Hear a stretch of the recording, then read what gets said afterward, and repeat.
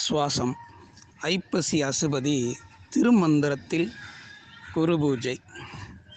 திருமூலர் தன்னை உணர்வது எப்படி என குறிப்பிட்டவர். தீதும் நன்றும் பிறர் தர வாரா என கூறிய கணியன் பூங்குன்றனார் சொன்னது போல,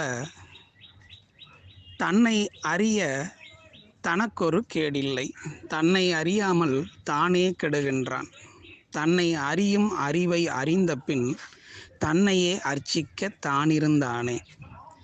தானே தனக்கு பகைவனும் நண்பனும், தானே தனக்கு மறுமையும் இம்மையும், தானே தனக்கு வினை பயன் தொய்ப்பானும், தானே தனக்கு தலைவனும் ஆமே.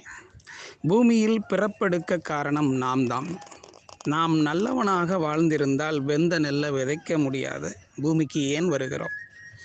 பாலாய் போன இந்த மனது இருக்கிறதே, கட்டவிழ்ந்த கன்று குட்டியாய் துள்ளித் திரிவது, இலக்கின்றி துள்ளி குதிப்பது, ஓரிடம் பற்றாது முட்டி மோதி வீழ்ந்தெழுந்து மீண்டும் அங்கும் இங்கும் துள்ளி ஓடுவது.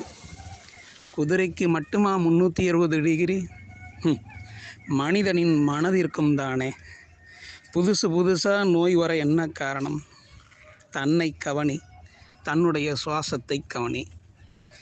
அதாவது நெடுஞ்செழியனை உட்கார வச்சுட்டு அமெரிக்காவுக்கு போய் 2 கிட்னியும் ஃபெயிலியரு. அப்போ அண்ணன் மகட்ட இருந்து ஒரு கிட்னியை வாங்குறாரு. ஆனால் 3 வருஷம் கூட ஒப்பேற்ற முடியல மக்கள் தலைவர். ஏன்? தன் உடம்பை கவனிக்காததால், தன் மனதை கவனிக்காததால்.